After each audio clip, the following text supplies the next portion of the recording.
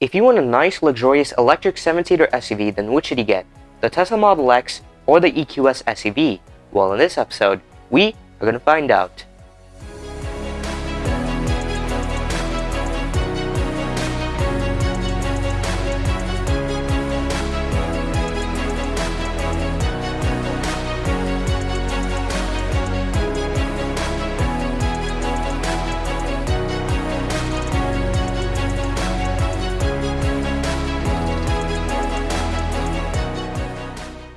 Recently, Tesla has reduced the price for the Model X. The standard version now starts at around $80,000. The Plaid starts at around $90,000. That is very expensive, but it doesn't seem too expensive when you compare this vehicle with the EQS. The 450 Plus starts at around $104,000. The 454 Matic starts at around $107,000, and the 584 Matic starts at around $126,000. That's very expensive. Already a big difference here, and there are so many other differences between these two vehicles.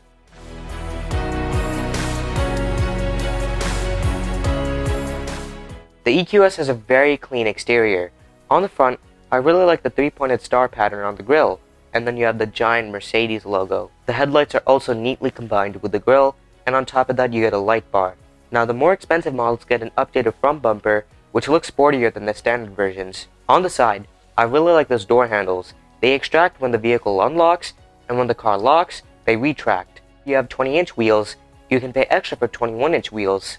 At the back, this vehicle has a nice light bar. Just like on the front, the more expensive models get an updated rear bumper, which looks sportier than the standard versions. Overall, I really like the exterior design.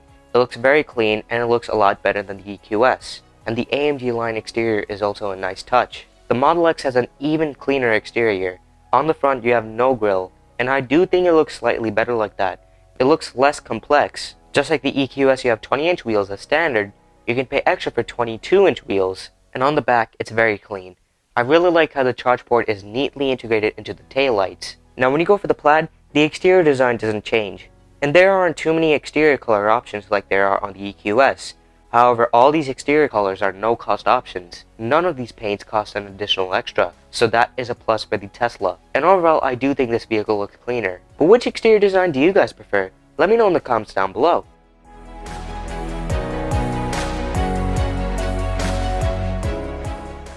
The EQS has a very elegant interior.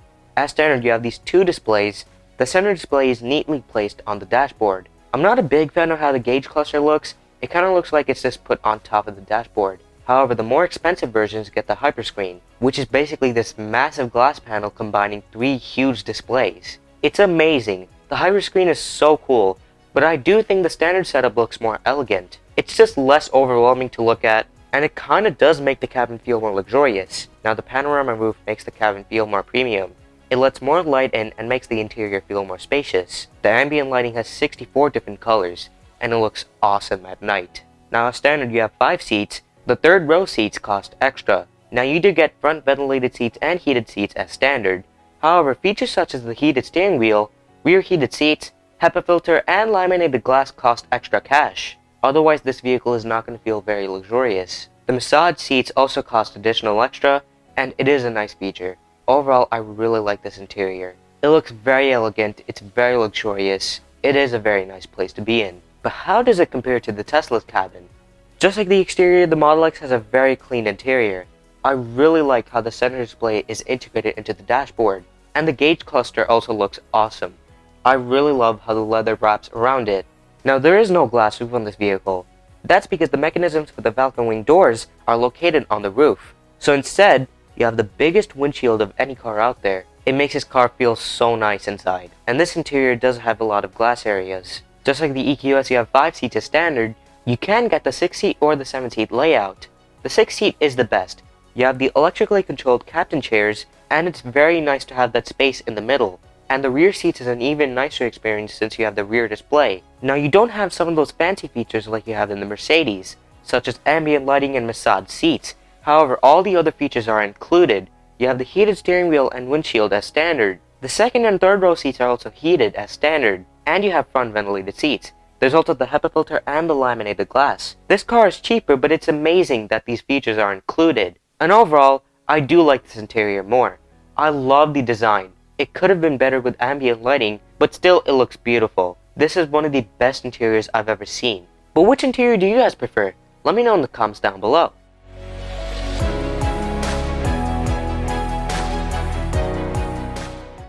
Both of these cars have awesome technology. With the Mercedes, the center display is used for all the controls. The passenger display also provides all the car controls if you go for the hyperscreen. Now the center touchscreen can be controlled by the touch-sensitive buttons on the steering wheel or by voice commands. You say, "Hey Mercedes," and the voice assist will be enabled. There's also over-the-air updates, so as you own your EQS, it gets better over time. You also have the Burmester 3D surround sound system, which is a 15-speaker, 710-watt audio system. You have Apple CarPlay and Android Auto, both are wireless. You have a surround view, which is awesome for parking. And there are cool features such as the MBUX augmented video for navigation. So when you turn on the navigation, the front camera will be enabled and it will display arrows pointing towards the direction you will have to go. You can also pay extra for the 3D instrument cluster. So the instrument cluster will have these 3D effects, which you can only see in person. You can even pay extra for the dash cam. The Model X also has a lot of technology in it. The beautiful 17-inch center display can tilt towards the driver, the passenger, or you can keep it in the middle. There are also voice commands. By a press of a button, the voice commands will be enabled. There are also over-the-air updates, so as you own your Model X, it gets better over time. Then there's that amazing computer you have in this vehicle. This computer has the power of a PlayStation 5, as it has 10 teraflops of processing power. And because you have this amazing computer, there are Steam games, so you can play so many different games on this beautiful display. It is an amazing experience. And to make the gaming experience even better, there's wireless controller compatibility. You can also watch whatever you want on the front and rear display. There's YouTube, Netflix, Hulu, Twitch, Disney Plus, and TikTok.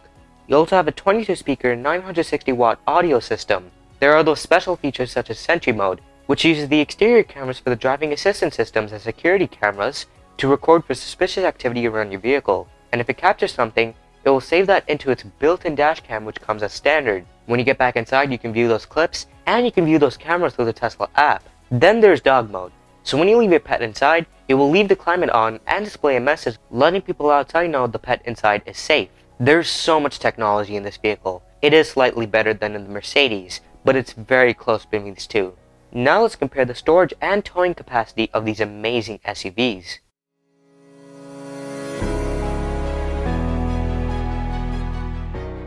The EQS SUV has up to 74 cubic foot of cargo space. The second and third row seats fold flat. You can pay extra for the trailer hitch, and this vehicle has a towing capacity of up to 3,500 pounds. The Model X has a bigger trunk. It has up to 92 cubic foot of cargo space. The second and third row seats fold flat.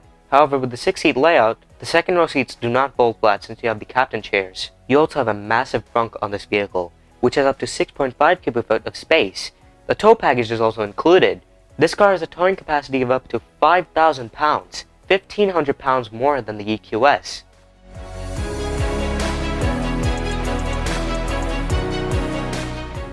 The 450 Plus has up to 305 miles of range. All the 4MATIC models have up to 285 miles of range. All versions of the EQS SUV have a 108 kWh battery pack, which can charge at a rate of up to 200 kilowatts. The standard Model X has up to 348 miles of range. The Plaid is up to 333 miles of range. All versions have a 100 kWh battery pack, which can charge at up to 250 kilowatts.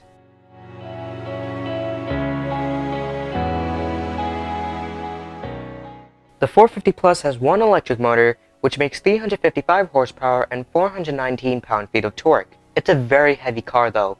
It weighs more than 5,900 pounds, almost 6,000 pounds. That's insane. The 454 4MATIC has two electric motors, which makes 355 horsepower and 590 pound-feet of torque. The 584 4MATIC has two electric motors, which makes 536 horsepower and 633 pound-feet of torque.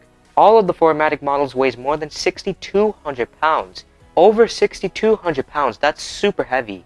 The standard Model X has two electric motors, which makes 670 horsepower and 725 pound-feet of torque. It's still a very heavy car though, but it's lighter than the EQS. It weighs more than 5,100 pounds. The Plaid has three electric motors, which makes 1,020 horsepower and 1,050 pound-feet of torque. That's incredible, and it's slightly heavier than the standard Model X. it weighs more than 5,200 pounds. Both of these cars have a single-speed automatic transmission.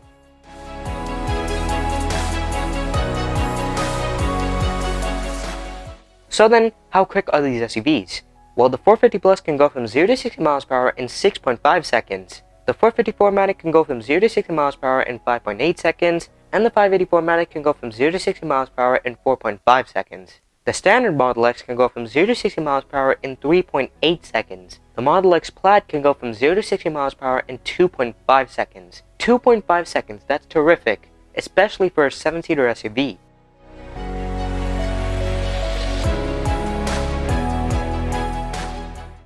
The EQS SUV has a very comfortable driving experience. You have the amazing air suspension with adaptive dampers, and the traction is also very good. You have the all-wheel drive system and the rear-wheel steering. Many cars have this feature, but they can turn the rear wheels by up to 3 or 4 degrees. On this car, they can turn the rear wheels by up to 10 degrees.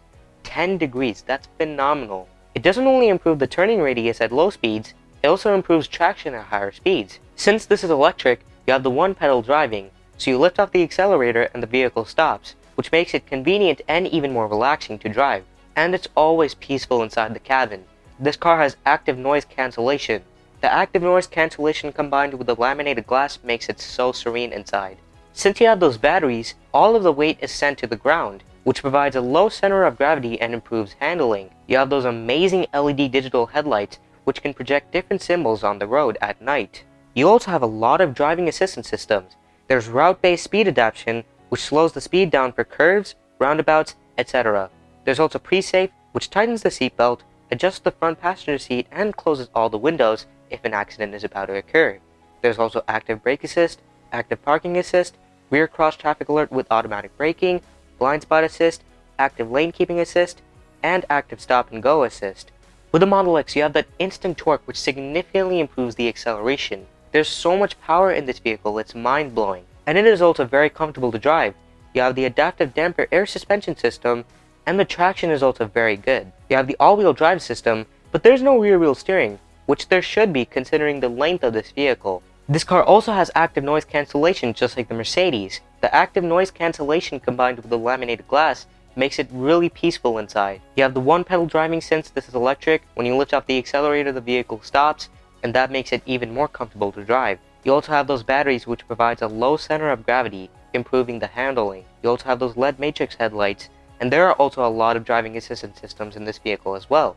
You have autopilot as standard, which has adaptive cruise control and auto steer to keep you inside the lane. You can pay extra for features such as summon, navigate on autopilot, auto lane change, and auto park. You can even pay extra for the FSD package, which costs $15,000. $15,000, that's a lot of money. And with that, you have the full self-driving capability with improved driving visualizations and auto steer on city streets. There's also lane departure avoidance, automatic emergency braking, blind spot warning, and obstacle-aware acceleration, which reduces the acceleration power when close to obstacles while parking, and may apply brakes if you get too close to an object. These cars have very nice driving experience. They're very comfortable to drive, and they have a lot of driving assistant features. So which is better, the Tesla Model X or the Mercedes EQS SUV? It's pretty close between these two. Mercedes has done a terrific job with the EQS SUV. It's just too expensive and some basic features cost extra cash. The Model X is better. It's cheaper than the Mercedes, and apart from two main self-driving packages, all the features are included. It has slightly better technology, it provides a very nice driving experience, it has more range, it's faster, and there's the benefit of Tesla's supercharging network. Wherever you go, there's a Tesla supercharger for you, and that is why the Tesla Model X is better than the Mercedes EQS SUV. But which car do you guys prefer? Let me know in the comments down below. But anyways, that's going to wrap it up for today's episode.